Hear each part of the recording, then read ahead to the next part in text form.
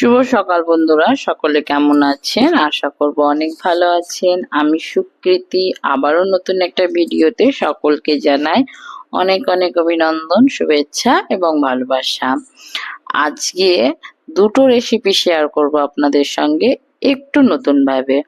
আমরা তো এই যে শাক প্রত্যেকটা দিন একরকম করেই খাই, হয়তো ঝাল নয়তো সিদ্ধ নানা রকম ভাবে, কিন্তু শাকের পকোড়া খেলেন একবার দেখবেন দারুণ খেতে।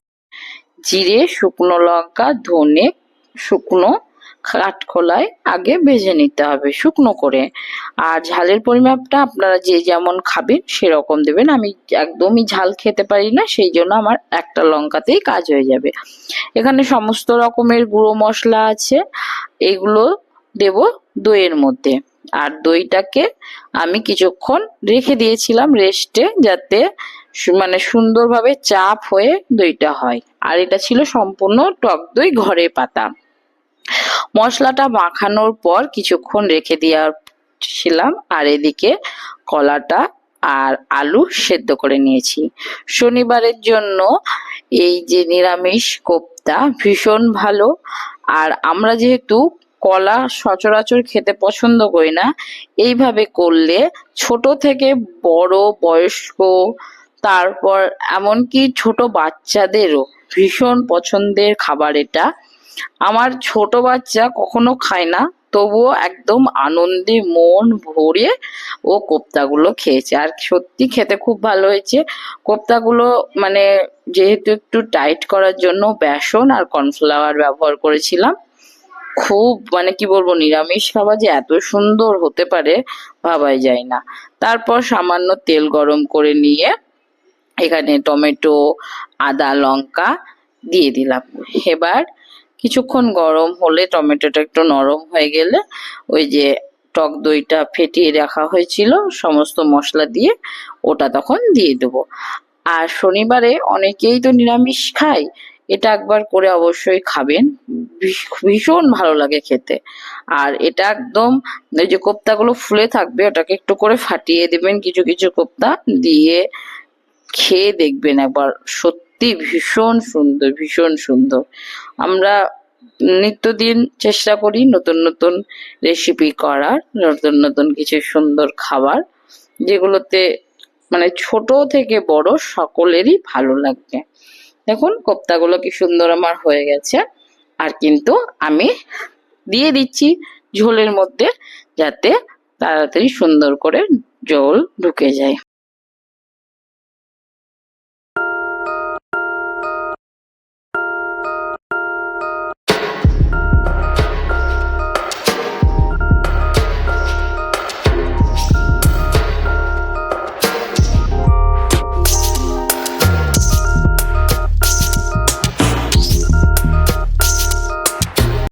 এখানে আমার কিন্তু কোপ্তাটা সুন্দরভাবে তৈরি হয়ে গেছিল, আর খেতে খুব সুন্দর হয়েছিল।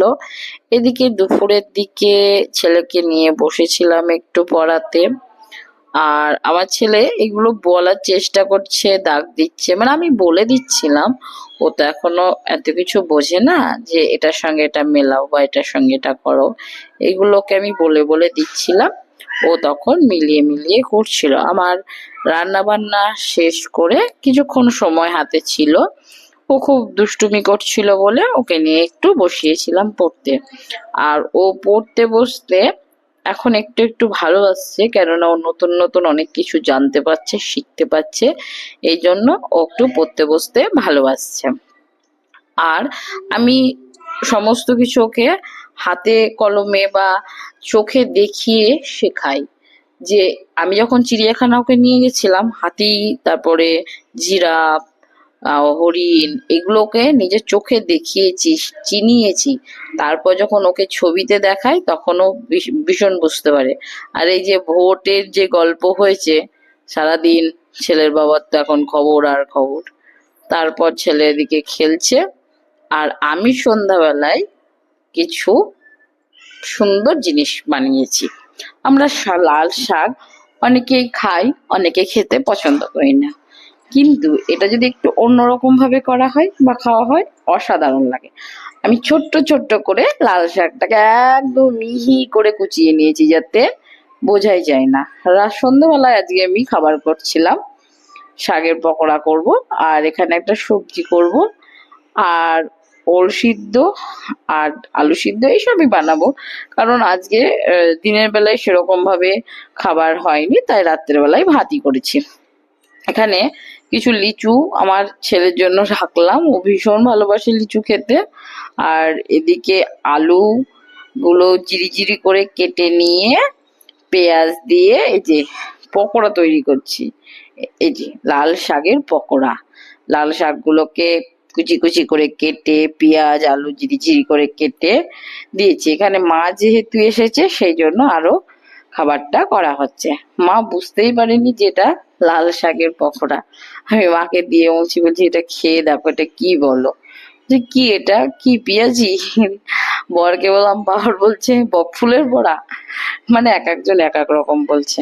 তারপর ছেলে এখানে ঘুমোতে লাগলো, আর আমি পরের দিন পুজো করে যাব একটা স্বপ্ন পূরণ করতে।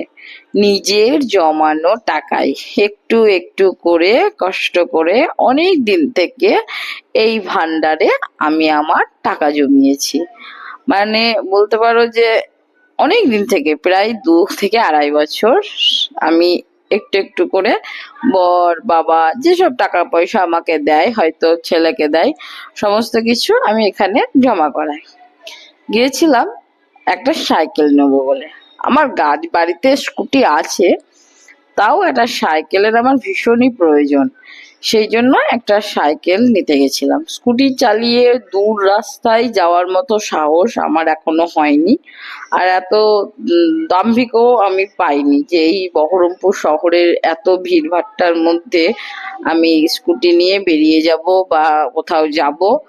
এতটা সাহস এখন আমি জন্মাতে আমার পারিনি। আর আমার সংসার আছে, ছোট বাচ্চা আছে, আমি এত তাড়াতাড়ি আমার কোনো বিপদও চাই না। তাই একটা সাইকেলের খোঁজ নিয়ে গেছিলাম। পুরনো সাইকেল খোঁজ করলাম, সেখানে যে দাম বলছে তাতে আমার মনোতৃপ্ত হচ্ছে না। সেই জন্য আমি গেছিলাম নতুন কিছু সাইকেল কিনবো বলে। অনেক কটা দোকান ঘোরার পর এই আব্বাস সাইকেলটার মধ্যে ঢুকে প্রথমের দিকে এই সাইকেলটা পছন্দ হয়েছিল, কিন্তু সাইকেলটা এতটাই পাতলা ছিল তখন টাকা পয়সার দিক থেকে একদমই মানে ঠিকঠাক হচ্ছিল না। মানে পছন্দ হলেও সাইকেলটা ঠিক মতো হয়নি। তখন আমার এই সাইকেলটা পছন্দ হলো, এত সুন্দর। আর চারিদিক থেকে মানে এই সাইকেলটা তখন দেখায়নি আমাদেরকে, অনেক ভিতরে ছিল। সাইকেলটা বার করে নিয়ে আসলো, ও কি দারুণ! যেমন দেখতে সুন্দর তেমন চালিয়ে এলাম। আমি পুরো স্কয়ার ফিল্ডের ওখান থেকে আমার বাড়ি পুরো সাইকেল চালিয়ে আনন্দ করতে করতে এসেছি। মানে কি বলবো, এত ভালো লাগছিল, আমার মন তৃপ্তি হয়ে গেছিল। এই যে সাদা গাড়িটা দেখছো না, এটা আমাদের স্কুটি।